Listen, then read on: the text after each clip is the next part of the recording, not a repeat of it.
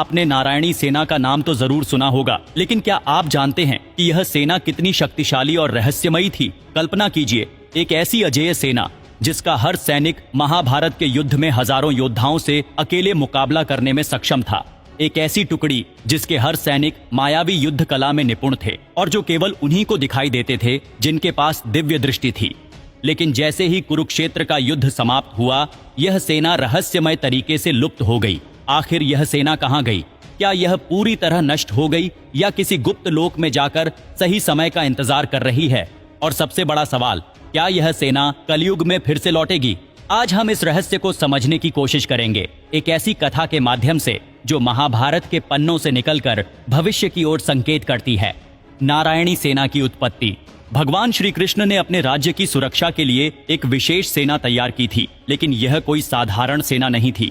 यह उन योद्धाओं की टुकड़ी थी जो केवल अस्त्र शस्त्र चलाने में ही नहीं, बल्कि तपस्या, योग बल और दिव्य शक्तियों में भी निपुण थे। इनका केवल एक ही उद्देश्य था, श्री कृष्ण की आज्ञा का पालन करना। बिना कोई प्रश्न किए, बिना किसी संदेह के ये योद्धा श्री कृष्ण की आज्ञा मानने को सदैव तत्पर रहते थे। इन्हें विशेष युद्ध कलाएं सिखाई गई थीं। दिव्यास्त्रों का ज्ञान, शत्रु के मन को पढ़ने की क्षमता और अदृश्य होकर युद्ध करने की कला। ऐसी अद्वितीय सेना को नारायणी सेना कहा गया, क्योंकि यह नारायण यानी भगवान श्री कृष्ण की कृपा से संचालित थी। जब महाभारत का युद्ध निश्चित हो गया तो दोनों पक्षों को अपनी अपनी सेनाएं तैयार करनी थीं। दुर्योधन और अर्जुन दोनों ही श्री कृष्ण से सहायता मांगने द्वारका पहुंचे, लेकिन जब वे वहां पहुंचे तो श्री कृष्ण विश्राम कर रहे थे। नियम यह था कि जो पहले आएगा उसे पहले चुनाव करने का अवसर मिलेगा। अर्जुन श्री कृष्ण के चरणों में बैठ गए, जबकि दुर्योधन सिरहाने खड़ा रहा। जब श्री कृष्ण जागे तो उन्होंने अर्जुन को पहले चुनाव करने का अवसर दिया। श्री कृष्ण ने दोनों के सामने एक कठिन चुनाव रखा। उन्होंने कहा, एक ओर मैं स्वयं हूं, लेकिन इस युद्ध में मैं कोई शस्त्र नहीं उठाऊंगा। दूसरी ओर है मेरी नारायणी सेना, जो अजेय और अपराजेय है। दुर्योधन नारायणी सेना की शक्ति को भली भांति जानता था। उसने तुरंत कहा, मुझे नारायणी सेना चाहिए। उसे लगा कि निहत्थे श्री कृष्ण किसी काम के नहीं होंगे, लेकिन अर्जुन मुस्कुराए और बोले, मुझे आप चाहिए प्रभु। यहीं तय हो गया था कि धर्म की विजय होगी, क्योंकि बल से अधिक बुद्धि और ईश्वर का साथ महत्वपूर्ण होता है।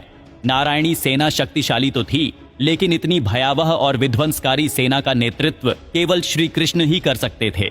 बिना श्री कृष्ण के यह सेना अधूरी थी। कहा जाता है कि इस सेना में श्री कृष्ण के 18,000 साथी भी थे, जो सभी महान योद्धा थे।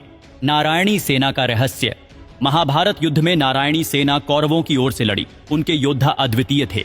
वे मायावी वस्त्रों का प्रयोग कर सकते थे, शत्रु की मानसिकता को प्रभावित कर सकते थे और इतने अनुशासित युद्ध करते थे कि उन्हें हराना असंभव लगता था। भीम, सत्यकी और अर्जुन ने मिलकर इनका घोर संहार किया, लेकिन फिर भी यह सेना अंत तक लड़ी।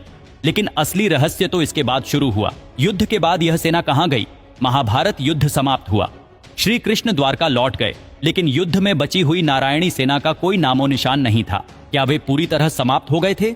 कुछ आशियों और योगियों का मानना है कि श्री कृष्ण ने अपनी योगमाया से इस सेना को एक गुप्त लोक में भेज दिया। कहा जाता है कि नारायणी सेना आज भी कहीं न कहीं अस्तित्व में है, लेकिन यह केवल उन्हीं को दिखाई देती है जिनकी आत्मा शुद्ध और दृष्टि दिव्य होती है। कुछ लोग कहते हैं कि यह सेना गोलोक चली गई, जहां यह श्री कृष्ण के आदेश की प्रतीक्षा कर रही है। कुछ तांत्रिक ग्रंथों में लिखा है कि यह सेना एक अलग आयाम में जाकर तपस्या कर रही है और जब कलयुग में अधर्म चरम पर पहुंचेगा तब यह पुनः प्रकट होगी। नारायणी सेना की रहस्यमयी शक्तियां। इस सेना के बारे में कहा जाता है कि इनके पास सामान्य योद्धाओं से अलग शक्तियां थीं। ये केवल दिव्य दृष्टि वालों को ही दिखाई देते थे। ये मन के विचार पढ़ सकते थे और दुश्मनों को भ्रमित कर सकते थे।